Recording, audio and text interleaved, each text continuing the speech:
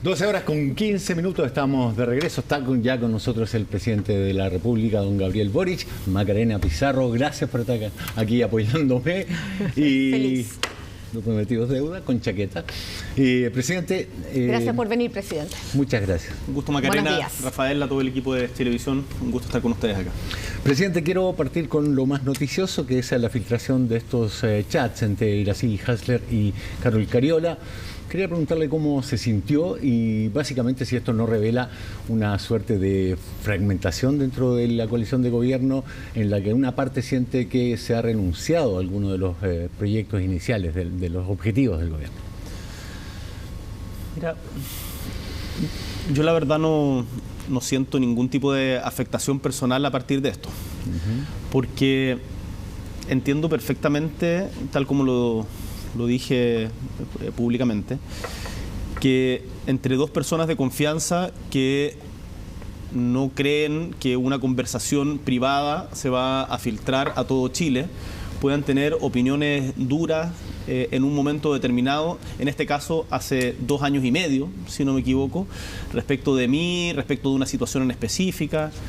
Si es que nos pusiéramos a juzgar hoy día a todos, cada uno de nosotros, por las conversaciones privadas que ha tenido en confianza, creo que es el fin de la política, el fin de la amistad, el fin de las relaciones sociales. Entonces, yo no veo ningún quiebre, por eso lo señalé y lo digo honestamente, esto no es una puesta en escena, sino que de verdad lo siento así. No tengo ningún tipo de molestia con Carol, con Iracy a propósito de eso. Usted dijo que le parecía de lo más natural. ¿De verdad le parece de lo más natural? Por ejemplo, ¿usted también se refiere así, habla así de sus aliados políticos? Me parece de lo más natural que en un momento difícil, que fue el momento de los indultos, haya habido una crítica incluso destemplada en un espacio privado. Yo no me refiero así a mis aliados políticos, pero no tengo... Me parece totalmente improcedente el juzgar a alguien por la conversación privada que pueda tener en un momento muy circunstancial, además en un tema que no tiene absolutamente nada que ver con lo que supuestamente se está investigando. Ahora, yo no me voy a meter en acusaciones de persecución específica o cuestiones de esas características. Creo que esto le hace mucho daño a la sociedad en general. Creo que quienes filtraron esto han sido tremendamente irresponsables, pero tal como lo fueron también con el caso de Hermosilla, en las situaciones que no correspondían, que no tenían nada que ver con lo que se estaba investigando. Entonces, en esto hay que tener un solo estándar, independiente de quién favorezca circunstancialmente. Y aplica lo mismo para estas filtraciones que vimos hace un tiempo respecto del señor Luis Hermosilla, como esta filtración también inaceptable entre dos personas que tienen confianza y que se les filtra una conversación que no debió haberse filtrado. ¿Va a tomar alguna acción respecto a las filtraciones? Ya se ha tomado acciones respecto a las filtraciones. Entiendo, de hecho, que el fiscal nacional anunció una investigación. Ahora, pero como presidencia. Es que yo no voy a entrar en una disputa como presidente de la República con otro poder del Estado de estas características, ni acusar persecución. Creo que haría más daño. Personalmente no lo voy a hacer, creo que se tienen que tomar todas las medidas que sea necesario, creo que la Fiscalía en esto tiene que ser mucho más responsable, pero hacer de esto un conflicto o alegar de mi parte como una suerte de persecución creo que no contribuye en nada. Yo siempre he dicho que los temas judiciales tengo mucha tranquilidad de tener las manos absolutamente limpias y que nuestro gobierno ha actuado de una manera consecuente y coherente frente a los diferentes casos de interés público y vamos a seguir colaborando con la justicia en todo lo que sea necesario. Presidente, el ministro Jaime Gajardo pidió explicaciones a la Fiscalía por este allanamiento. ¿Corresponde que el ministro haga una crítica a la Fiscalía, a otro poder del Estado, a un ente autónomo?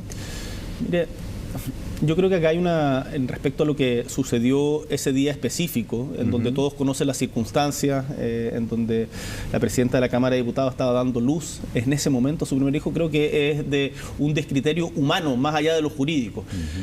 La diputada también ha expresado siempre su disponibilidad a colaborar con la justicia, entiendo que así se ha hecho, la justicia tiene que juzgar de manera imparcial y sin todos estos sesgos que se producen por los revuelos mediáticos y ojalá todas las instituciones contribuyan a eso. por parte del gobierno, nosotros vamos a contribuir a que las instituciones funcionen.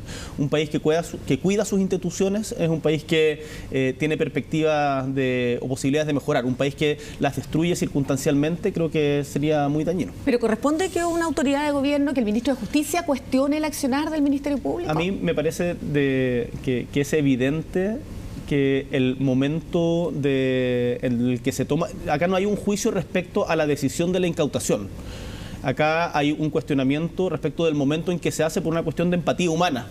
Y esa empatía yo comparto que hay que tenerla y comparto que no se tuvo y debió haberse tenido. ¿En cualquier tipo de investigación, para cualquier tipo de delito, hay que tener empatía? Estoy hablando de una mujer dando a luz. Me remito a eso. La justicia tiene que actuar de manera imparcial, sin dar ningún tipo de beneficio a nadie por alguna particularidad. Esto no es porque Carol Cariola haya sido presidenta de la Cámara de Diputados, ni diputada, ni de una determinada tendencia política. Es porque estaba dando a luz. Y eso yo creo que para cualquier persona es evidente. Y eso aplica, insisto, para cualquier tendencia política. Creo que se podría haber hecho, habiendo además tenido los antecedentes hace tanto tiempo, en otro momento. Pero yo no cuestiono el mérito mismo de la investigación porque no me corresponde.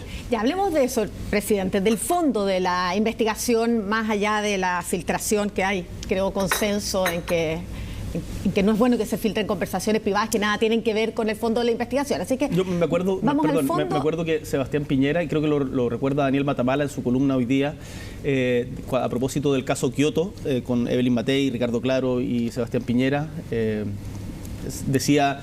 me gustaría, si vamos a hablar en estos términos, me gustaría conocer todas las conversaciones privadas de todos los políticos chilenos. Evidentemente eso no es deseable, y no solamente de los políticos, sino de los amigos, de las familias. Todas las conversaciones privadas está bien que sean privadas.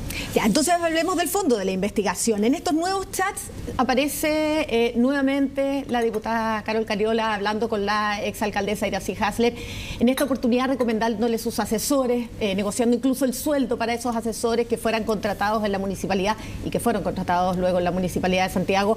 Y esto se suma a los chats anteriores donde le pide un favor para el empresario chino. ¿Qué le parece esas acciones? ¿Es reprochable? Mire, yo no estoy aquí para defender ni condenar a una persona que está siendo sujeta a una investigación. Yo conozco a Carol, personalmente hemos tenido una relación de confianza, creo en su integridad, pero esa integridad ella la tiene que probar ante la justicia como corresponde y como entiendo lo ha estado haciendo.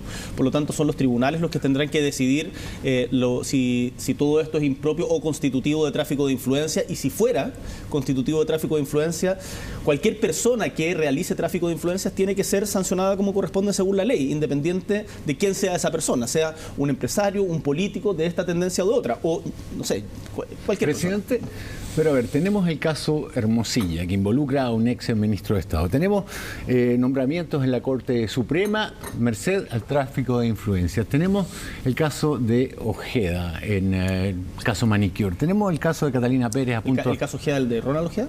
El de...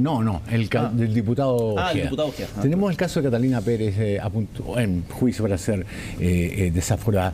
¿No le parece que en Chile, siendo un país respetuoso de las normas, hay una costumbre de saltarse la ley, hay una costumbre institucionalizada de usar los contactos, los amigos para cualquier tipo de maniobras legales o ilegales, para básicamente abusar de la autoridad?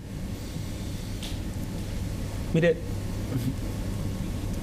yo conozco y he tenido la oportunidad, tanto como diputado, pero particularmente como presidente, de conocer bien Chile, tanto en su territorio, como a su gente, como a sus instituciones.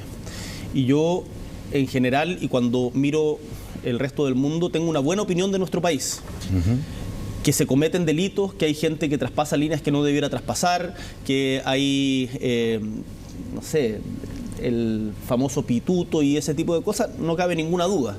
Y cuando eso vulnera la ley, tiene que ser sancionado con todo el rigor de la ley, independiente quién sea la persona que ejecute la acción que se reprocha.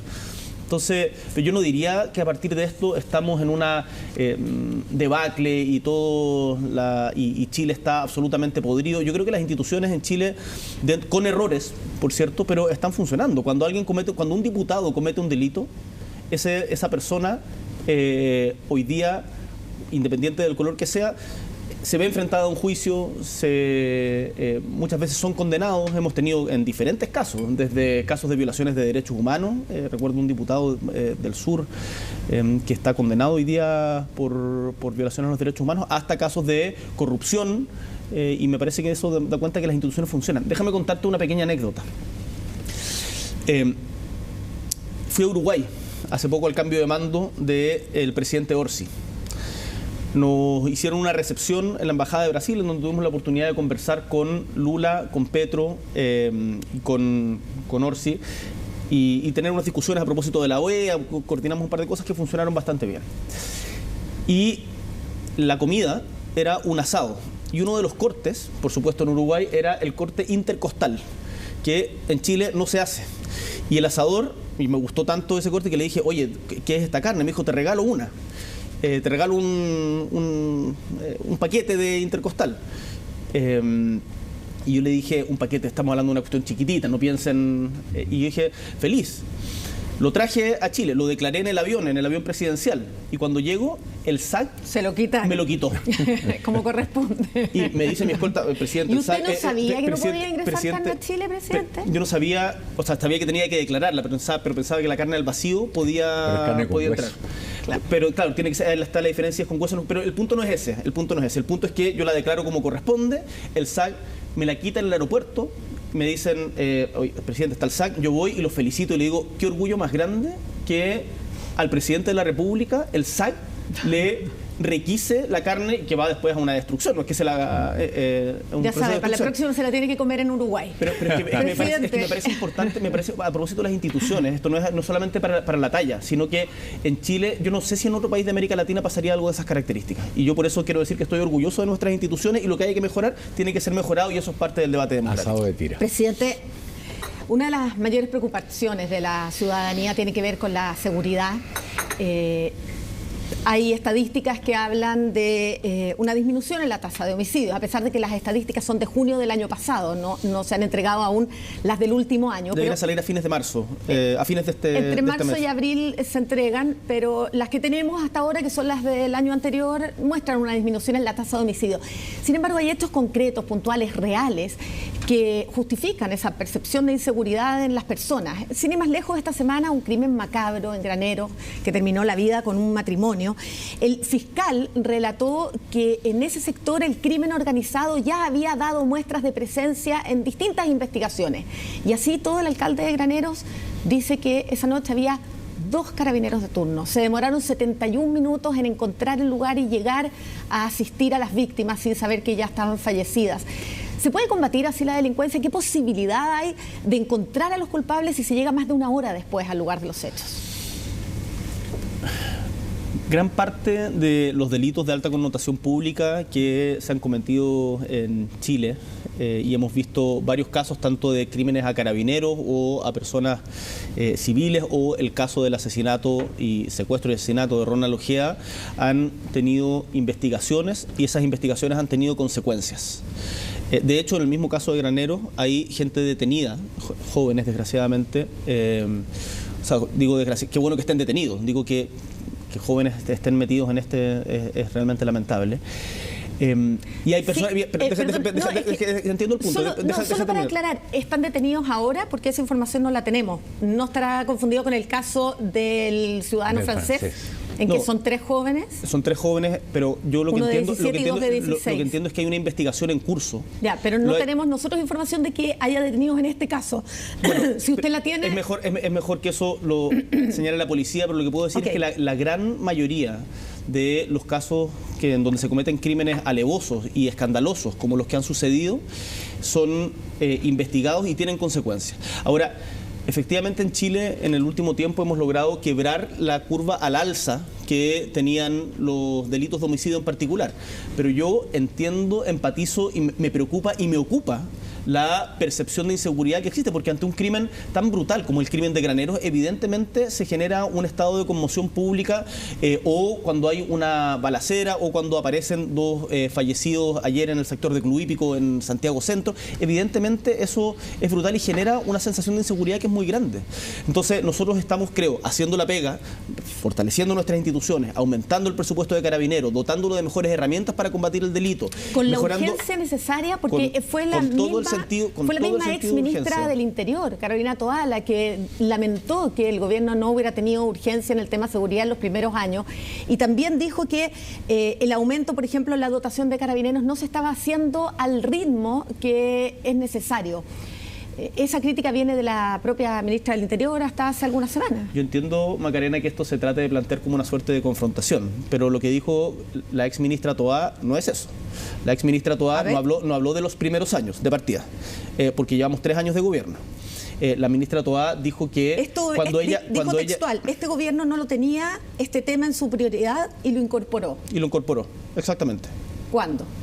Yo diría que rápidamente al haber iniciado el gobierno, cuando nos dimos cuenta, a diferencia de lo que había sido las prioridades de campaña, que era una de las principales preocupaciones de la ciudadanía. Y si no, no se explicaría si es que no lo hubiésemos incorporado con el sentido de urgencia que esto tiene, el que no solamente hayamos aprobado una serie de legislación, la más amplia desde el retorno a la democracia en materia de seguridad, además fortalecido las instituciones, además aumentado el presupuesto, además logrado resultados como quebrar la curva de delito o disminuir de manera significativa la violencia en la macrozona sur o el ingreso de personas irregulares en el norte. Entonces, yo entiendo que acá políticamente haya quienes les resulte más fácil y conveniente decir aquí no se ha hecho nada. Eso es absolutamente falso, eso lo ratifican las mismas policías, pero cada caso en donde hay una víctima, en donde hay una persona herida, en donde hay un carabinero que ha sido vulnerado, evidentemente genera un dolor, una indignación que no podemos soslayar. Entonces, para mí, mi principal objetivo es tener resultados. Pero entiendo que para que esos resultados se transformen en percepción es un trabajo de muy largo plazo o mediano plazo, y no hay atajos en aquello. Y nosotros vamos a seguir trabajando independiente de lo que diga la oposición, independiente de lo que planteen, porque nuestra preocupación es con las víctimas. Y déjame terminar con un solo punto en esto. Los delincuentes, quienes hacen encerronas, quienes asesinan a una persona en Arica, quienes cometieron este crimen brutal en Graneros, están atentando contra el mismo pueblo, son enemigos. Ellos son adversarios de la sociedad. Presidente. Y por lo tanto hay que enfrentarlos con mano firme a los delincuentes, con persecución penal, y además tenemos que preocuparnos de invertir más, y lo hemos hecho, en materia de prevención, en recuperación de espacios públicos, en educación, en cultura, en deporte, y es justamente esa síntesis la que nos va a permitir mejorar esa percepción. Presidente, la candidata Evelyn Matei ha planteado la posibilidad de reponer la pena de muerte, digo. ¿Lo contemplaría dentro de esa panoplia de opciones? ¿Se puede? No, de hecho, ella sabe perfectamente que eso jurídicamente no es posible, pero entiendo que discusiones puedan traer o plantear ese tipo de cosas pueda traer réditos electorales de corto plazo, pero al final del día, y además creo, la pena de muerte nunca en los lugares donde se ha aplicado, incluido Chile cuando se aplicó durante un largo periodo, no trae consecuencias positivas que sean probables, o sea, que sean verificables en materia de disminución de la delincuencia. Entonces es una discusión que no tiene que ver con la solución al problema. Lo que tiene que ver con la solución al problema es incrementar la dotación de la policía como lo hemos hecho, incrementar la planta de la PDI como lo hemos hecho, mejorar la planta de Directemar, la situación de las playas, las costas, como lo hemos hecho, mejorar la reposición de los vehículos de Carabineros, mejorar las armas, crear nuevas instituciones. Esa es la línea, no estas discusiones que al final captan mucha atención pero no contribuyen en la solución. Mencionó a los jóvenes involucrados en solo para cerrar el tema de la pena de muerte, Rafa, sí, es verdad que existen estos tratados internacionales, lo que no imposibilita que se pueda hacer con las consecuencias que eso pueda tener. No es que claro, respecto a la pena de Costa Rica. Exacto. O sea, yo sé que existen esos tratados internacionales, pero ¿eso basta para dar por cerrada la discusión? No, todas estas discusiones, yo no creo que se deba vetar ninguna discusión. tal como en otros temas como el derecho de las mujeres a elegir en la discusión sobre el aborto o la eutanasia, temas que tienen un componente también valórico. Me parece bien que se discutan, y el tema de la pena de muerte se puede discutir. Lo que yo digo es que esto no tiene ningún efecto en la solución del problema que estamos enfrentando a la delincuencia, y que es algo que capta mucha atención, pero que desvía recursos y energía sobre lo realmente importante, que es cómo perseguimos a los delincuentes con eficacia, cómo mejoramos la seguridad de nuestros barrios, cómo recuperamos nuestros espacios públicos, cómo evitamos que estas situaciones sigan sucediendo. Mencionó a los jóvenes involucrados en el asesinato de este ciudadano francés. ¿Es partidario de bajar la edad de imputabilidad penal o de aumentar las penas contra adolescentes involucrados en crímenes? Mira, este es un debate largo, prefiero no en este momento dar una respuesta categórica. Me parece bien que sea parte de lo que se debata. Creo que el problema que tenemos con los jóvenes que cometen delitos es que muchas veces hay una trayectoria delictual, tanto personal como familiar, en donde se da cuenta que es probable que se llegue a eso. Déjame contarte una pequeña anécdota en relación a eso. Fui a la inauguración del Centro de Reinserción Social en Coquimbo para adolescentes, y había un joven condenado por asesinato, que tenía una condena, si mal no recuerdo, de 10 años. Y me decía, mire, acá si yo no aprendo un oficio, en otros términos, pero este era el punto central, si yo no aprendo un oficio, ¿a qué voy a salir después si no me van a dar pega en ninguna parte? Voy a ser un paria, no voy a poder encontrar... ¿A dónde me voy a reinsertar si nunca estuve inserto, en el fondo? Yo creo que el centro nuestro no tiene que estar solamente en la discusión respecto de las penas, tiene que estar también en cómo evitamos llegar a ese momento. Esta es una discusión que tiene características parecidas a la salud. La salud no es solamente la ausencia de enfermedad o el golpear cuando esto ya se ha producido, sino cómo generamos condiciones para no llegar a ese momento. ¿Y la reincidencia? La reincidencia, bueno, nosotros mismos aprobamos un proyecto de ley en el Congreso en conjunto con la concurrencia de los diferentes sectores políticos, para que en caso de reincidencia de delitos graves la prisión preventiva sea efectiva. Pero me refiero a los jóvenes, a los adolescentes. Yo estoy de acuerdo. Presidente, hablemos de otro de los temas políticos de esta semana. Lo están invitando a declarar como imputado por la venta fallida de la casa del expresidente Salvador Allende. ¿Va a declarar? Por supuesto. Y en ese sentido... Cuando se dice invitando, esto es porque por el cargo que ocupo, la Fiscalía, para solicitar mi declaración tendría que acudir a un tribunal de garantía y hacer todo un procedimiento, y yo le señalé a la Fiscalía que estoy totalmente dispuesto a colaborar con la justicia y por lo tanto acepto la invitación a declarar en la calidad que... Bueno, esta es calidad de imputado porque la querella es contra mí. Es contra usted. Sí. Contra usted porque usted firmó el decreto. Usted firmó el decreto de compra de la casa del expresidente. Cuando firmó ese decreto, ¿no recordó, no supo, no se dio cuenta que había una inconstitucionalidad, que una parlamentaria y una ministra no pueden establecer contratos con el gobierno? No tuve a la vista esa inhabilidad, y ese es el problema que ha generado todo esto, y por eso decidimos evitar que el contrato llegara a su fin. Ni usted ni ninguno de los 17 abogados, dice hoy día la abogada de Maya Fernández, que 17 abogados tuvieron a la vista este contrato en el proceso completo. ¿Ni usted ni nadie se dio cuenta? Y ese es justamente el problema por el que se llegó a esto, y yo lo dije, lo he dicho públicamente, que es inadmisible, y por eso hice valer la responsabilidad política que correspondía, independiente de la participación técnica que haya tenido la ministra en ese momento. ¿Y por qué la responsabilidad política la hizo valer en enero para la ministra de Bienes Nacionales y recién ahora para Maya Fernández? Mira, las evaluaciones respecto a la continuidad de los ministros es algo que yo estoy permanentemente realizando. En ese momento yo consideré que la responsabilidad de la venta, del proceso de venta que no llegó a concretarse de la casa del expresidente Salvador Allende, recaía en los equipos que habían llevado adelante esto. Yo en esto quiero decir que Maya Fernández, pero esto está en materia de juicio, pero Maya Fernández jamás hizo ningún tipo de iniciativa, ni presión, ni buscó, ni ella ni la senadora Isabel Allende, buscó enriquecerse o tratar de obtener algún tipo de beneficio ilegítimo a partir de esto. ¿Fue una idea suya? ¿Era usted quien quería comprar la casa? Y esto lo he dicho en privado y lo digo públicamente. Yo, como presidente de la República, le planteé a la senadora Allende. Le planteé también a la familia Elwin, cuando se estaba construyendo el monumento al presidente Elwin, nos juntamos con ellos, que consideraba que las casas de el presidente que murió defendiendo la democracia en la moneda y quien había sido el primer presidente de retomado la democracia tenían que ser patrimonio público.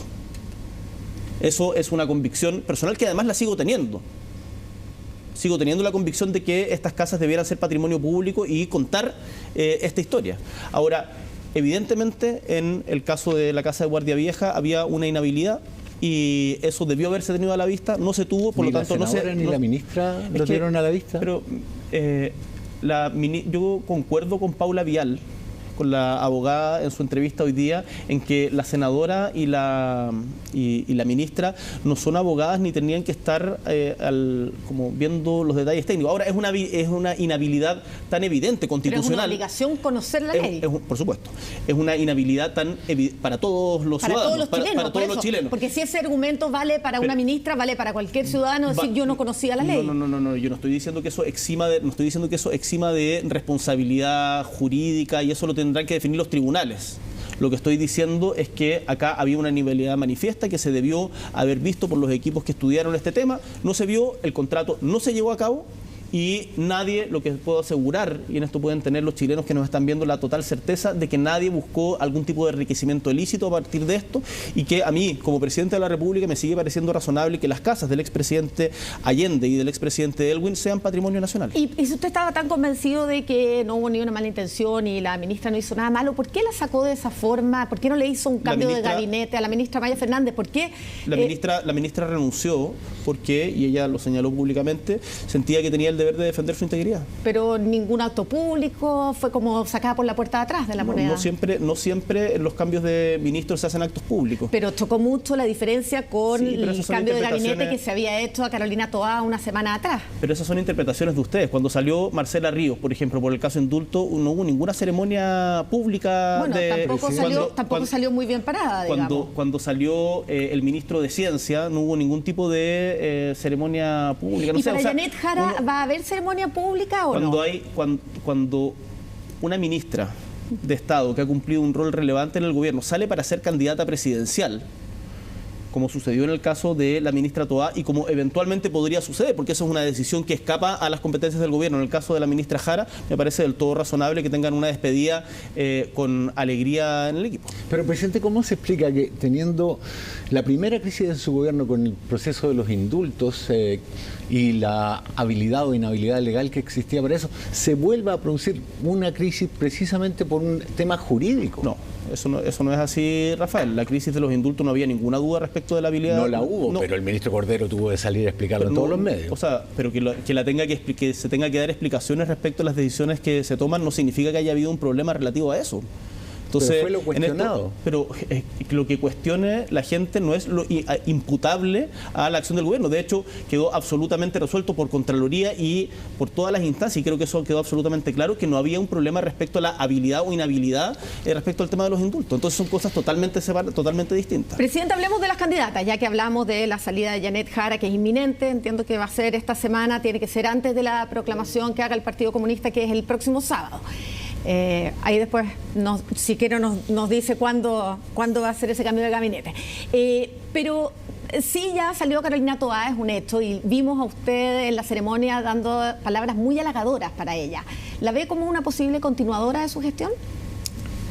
Lo que yo dije en la ceremonia donde Carolina Toá sale del gabinete es no solamente haberle agradecido la tarea, que tomó una tarea muy difícil en el contexto de seguridad que existe hoy día en Chile, sino que además, y esto fue muy explícito, pero siempre no se toman en cuenta la totalidad de lo que uno dice para tratar de hacer el enfoque más conveniente a la polémica del momento. Yo dije que la ministra Toá tenía un tremendo desafío, que era tener unas primarias amplias y convocantes para que desde esas primarias hubiese una continuidad del proyecto progresista en Chile. ¿Dos primarias no sería esa primaria amplia y convocante? Mi convicción es que no. Mi convicción es que frente a los tremendos desafíos que tiene hoy día Chile, frente a los desafíos no solamente en Chile, sino en el mundo, en donde nos hemos dado cuenta que las diferencias son mucho menores que los aspectos que tenemos en común, el progresismo tiene que ir unido en un amplio marco. Me refería a dos primarias dentro del oficialismo, por si alguien no ha seguido de cerca esta discusión política que hay respecto a si se puede hacer una primaria amplia de todo el espectro o se necesitan dos presidentes. Ayer el Frente Amplio se reunió para tomar la decisión respecto a quién iba a ser el candidato presidencial y no salió humo blanco. No hay candidato presidencial todavía para el Frente Amplio. Faltan exactamente 6 meses para las elecciones, porque estamos a 16. El Frente Amplio no tiene candidato. Las encuestas marcan a 3 candidatos de derecha como las primeras mayorías y ninguno de ellos en segunda vuelta, ninguno de los candidatos de izquierda logra superar a los de derecha en segunda vuelta según las encuestas que hay hasta ahora. ¿Pensó que llegarían en este escenario? ¿Qué responsabilidad cree que puede tener el gobierno en esto? Inevitablemente su pregunta me invita a recordar el escenario en abril del 2021, en donde en las encuestas, si mal no recuerdo, la candidata con mayor intención de voto era Pamela Giles, seguida por Joaquín Lavín y creo que, no sé si Daniel Jadue o Evelyn Matei después. Ninguno de ellos estuvo en segunda vuelta. Yo, si mal no recuerdo, era el que tenía menor intención de voto en ese momento. Por lo tanto, aquí quienes crean que acá hay carrera corrida, creo que están profundamente equivocados. El gobierno ha tenido una base sustantiva de apoyo durante todo nuestro periodo, que es un muy buen piso, pero es un techo absolutamente insuficiente. Y por lo tanto, quien sea candidato presidencial tiene que ir a convocar más allá de los convencidos. Pero cuando se habla o cuando se dice que la falta de apoyo, yo invito a que se revisen los últimos periodos presidenciales y qué gobierno tuvo durante todo su periodo el apoyo que hemos tenido nosotros. Pero eso no es suficiente, porque a mí lo que me importa es hacer bien la pega, a mí lo que me importa es cumplirle a los chilenos. Y cuando veo los logros que hemos obtenido, no solos, sino con un diálogo social, en el caso del aumento del sueldo mínimo a 510.000 pesos, en el caso de la reducción de la jornada laboral a 40 horas, en el caso de la improbable reforma de pensiones, en donde habían columnistas que nos invitaban por la prensa a abandonar las reformas del gobierno porque no tenían ninguna viabilidad, a el pacto fiscal, o a la ley integral contra el maltrato a la mujer, la ley Papito Corazón, en fin, una serie de otras medidas que hemos tomado. Yo digo, estamos cumpliéndola a Chile. Y en el año que falta, tenemos que consolidar aquello, hacer mucho más, y quienes sean candidatos presidenciales tienen que lograr crecer más allá de ese piso que ha tenido el gobierno. Ahora, al gobierno no le corresponde hacer campaña por un candidato u otro. Y a mí como presidente de la República no me corresponde hacer campaña por un candidato u otro. El mejor aporte que nosotros podemos hacerle al progresismo es gobernar bien, es hacer bien la pega.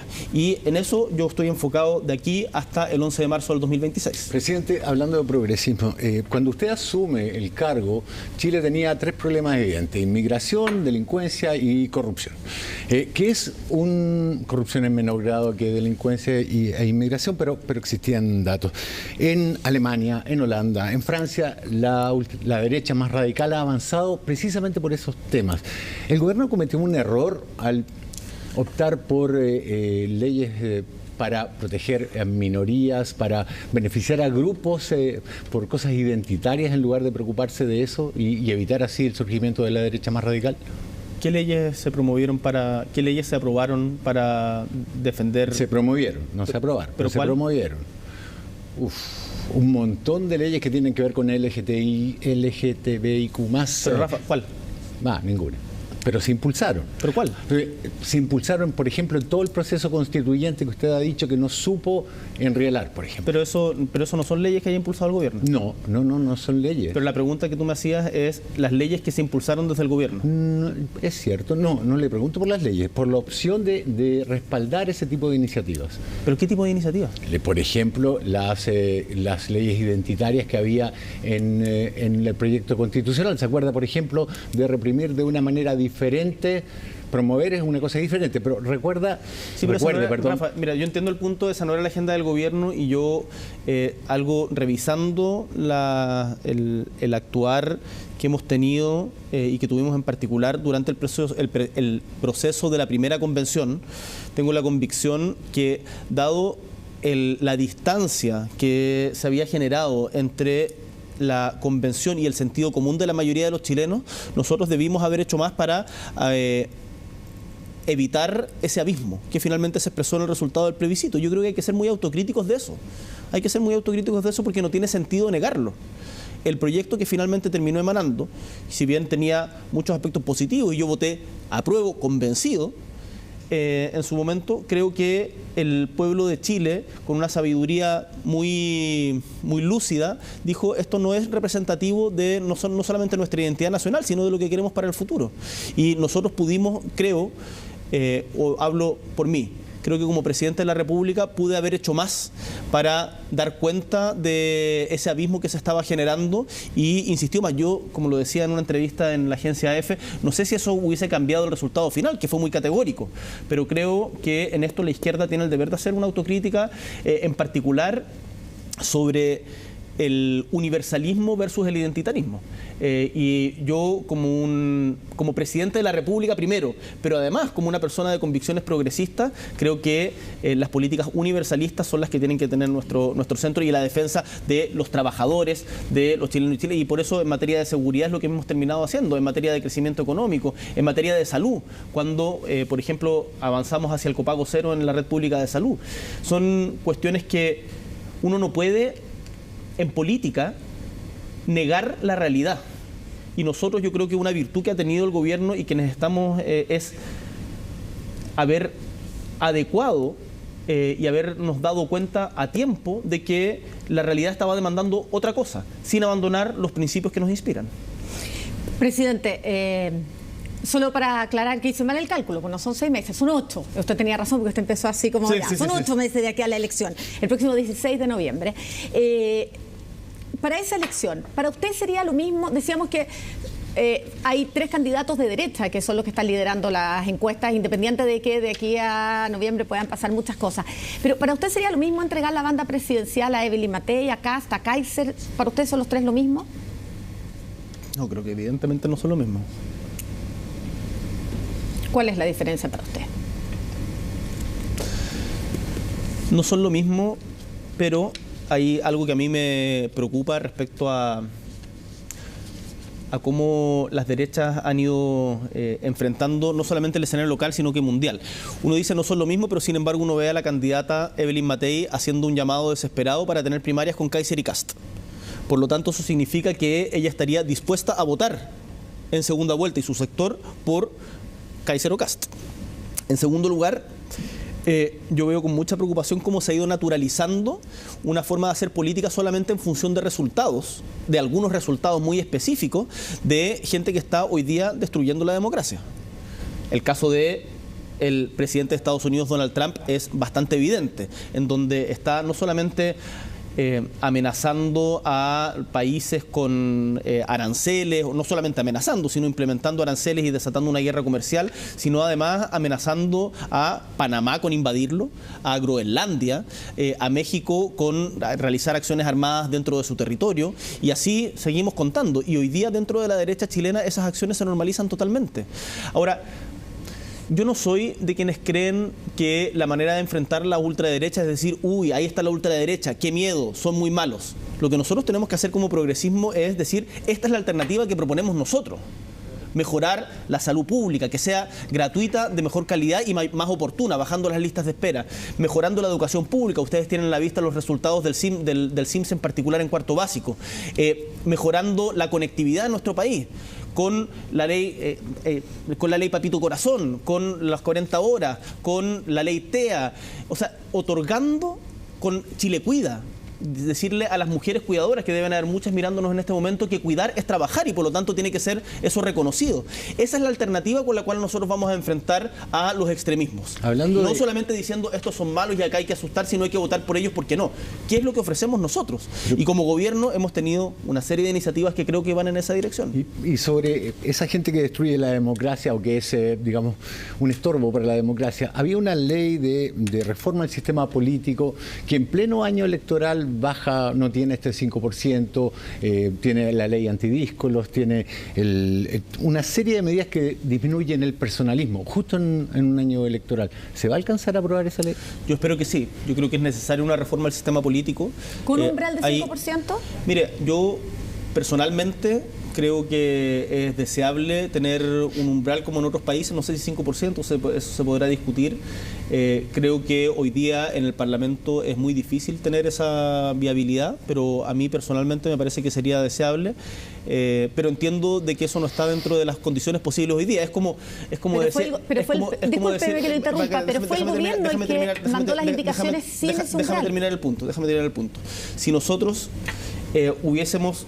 solo nos hubiésemos quedado con lo que nos gustaría hacer, jamás hubiese habido reforma de pensiones. Si nosotros nos hubiésemos quedado solo con lo que a nosotros nos hubiese gustado, no hubiésemos tenido royalty minero. Si a nosotros nos hubiésemos quedado solamente con las condiciones que para nosotros eran las ideales respecto a el sistema de cumplimiento tributario, no hubiésemos logrado aprobar esa reforma. Entonces, uno en las conversaciones tiene que ver cuál es el mínimo común múltiplo, defendiendo las convicciones que es que el sistema político requiere una reforma, que hoy día el personalismo no le hace bien a la democracia, que hay que fortalecer los partidos. Yo personalmente incluso soy partidario de las listas cerradas. Ya, no logró acuerdo dentro de su gobierno para poner una indicación con umbral mínimo. Exactamente. Ya, presidente, le queda un año, ya nosotros nos quedan pocos minutitos de entrevista y yo quiero que nos alcance a decir a qué leyes les va a dar prioridad en este año. Y vamos así, ¿ley de aborto universal? Te puedo responder la pregunta: ¿qué leyes le vamos a dar prioridad este año? La ley que va a tener prioridad, y lo que hemos conversado en el comité político, es la de sala cuna, tanto en materia de modernización de la educación parvularia como sala cuna desde la perspectiva del derecho no solamente a las madres y padres, derecho y obligación.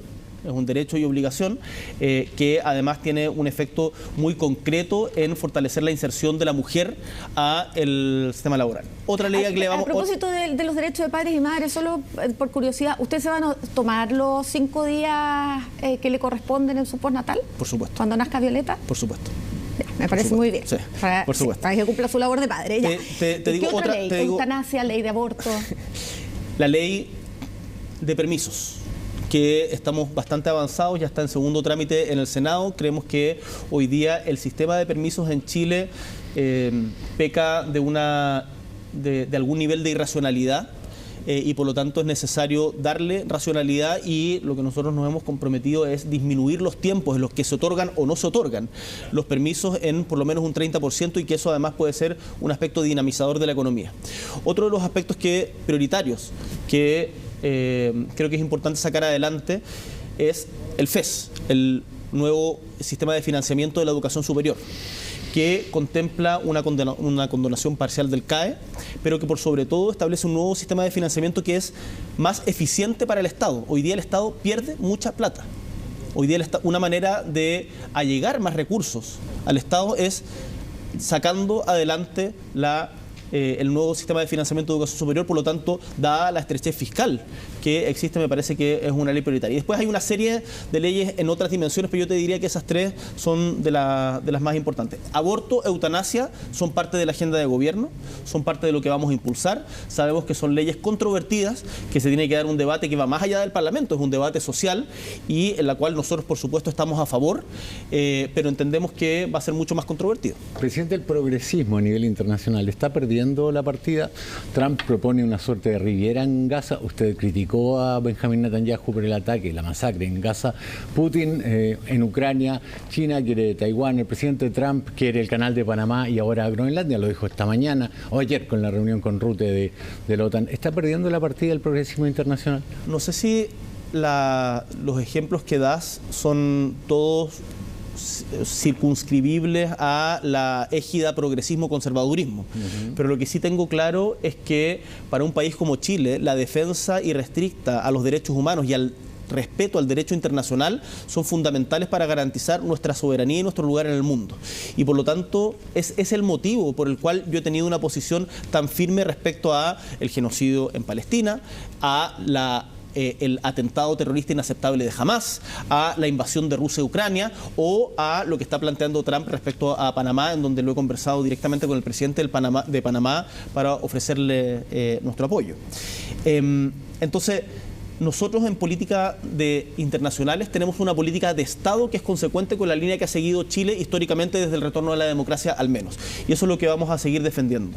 Yo en esto creo que no hay que perderse, no hay que tener doble estándar. Por eso a mí en materia de política internacional muchas veces me critican de lado y lado, pero tengo la tranquilidad de haber defendido una política de Estado que es coherente no solamente con mis convicciones, sino con la posición de Chile en el mundo. Estados Unidos podría... En eso, yo creo que es importante eso, ¿sí? Porque a propósito de las amenazas de aranceles, de la Executive Order que firmó Trump para el estudio de eventuales nuevos aranceles al cobre, lo que yo le he encargado tanto al Ministerio de Relaciones Internacionales como al Ministerio de Hacienda, como también al Ministerio de Agricultura, a partir de las exportaciones frutícolas, es que, uno, nos pongamos en todos los escenarios, dos, veamos cómo diversificar aún más las exportaciones chilenas.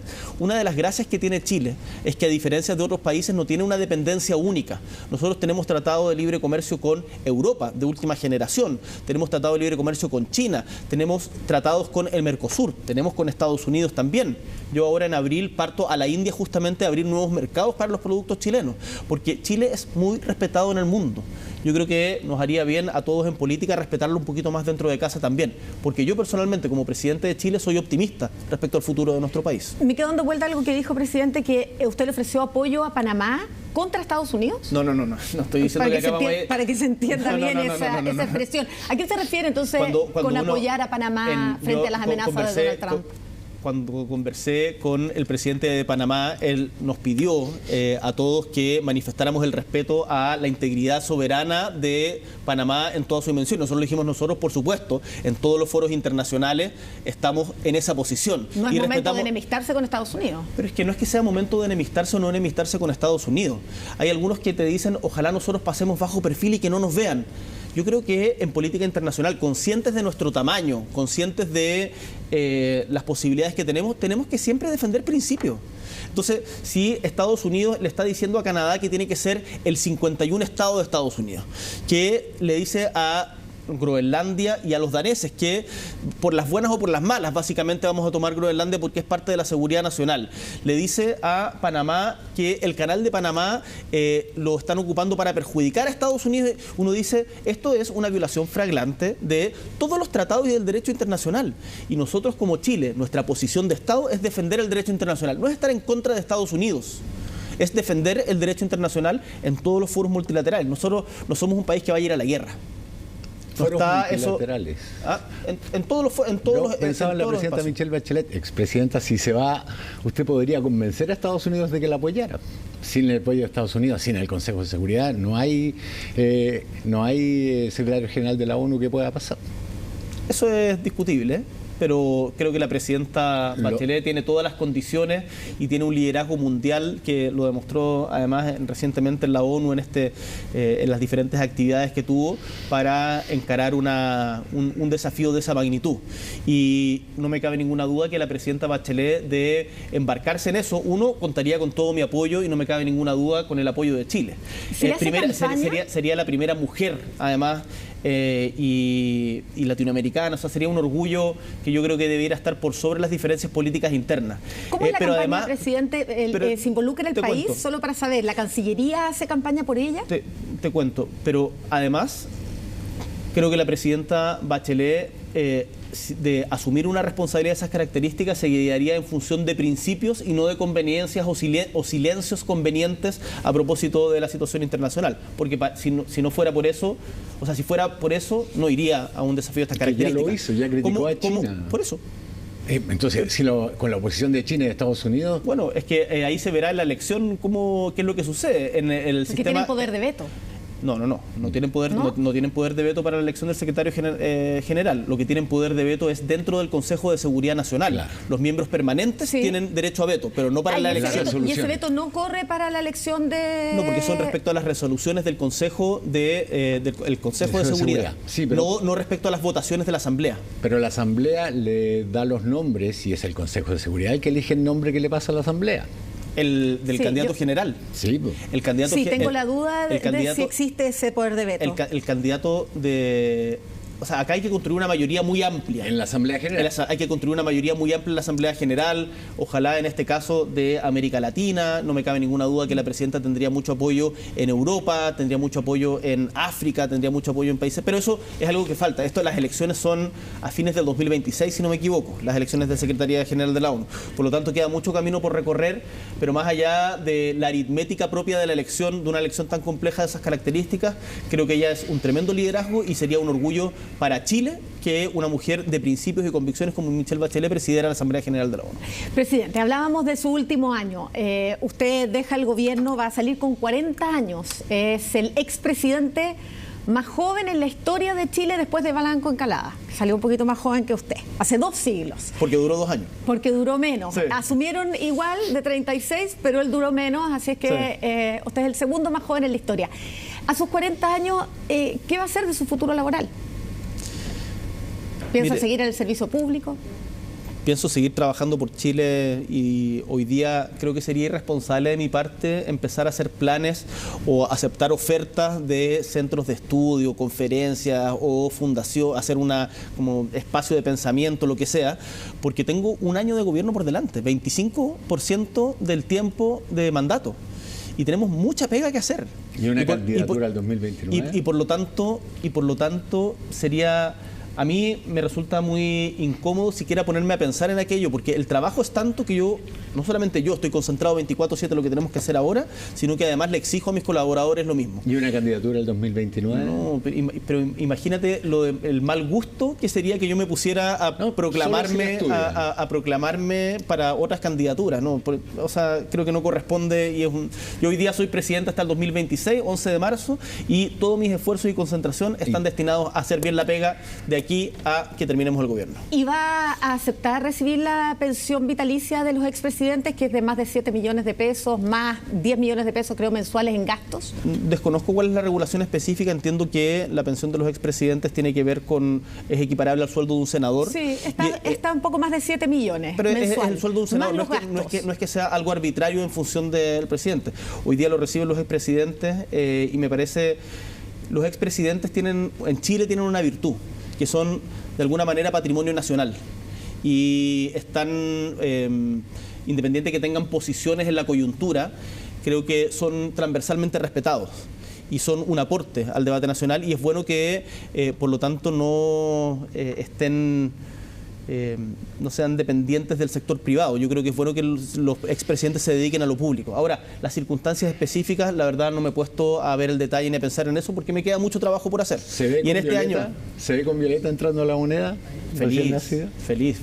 Ahí lo vamos a conversar con mi compañera, con la Paula, pero yo la llevaría a todas partes. Pero resguardando, por cierto, no es una conversa de dos, pero yo me imagino de aquí a la vida permanente en todas partes con Violeta. Presidente, son las 13:08. Muchísimas gracias por haber venido a Televisión Noticias. Maca, muchas gracias por la ayuda. Muchas gracias, Rafa, por invitarme a conversar con el presidente. Presidente, muchas gracias por haber estado en Televisión. Macarena, Rafael, un gustazo, entrevista intensa, dura, pero como corresponde. Así que feliz de estar acá con ustedes. Que les vaya muy bien. Muchas gracias, presidente. Hasta aquí esta emisión de Televisión Noticias. Los dejamos en compañía de don Patricio Angulo.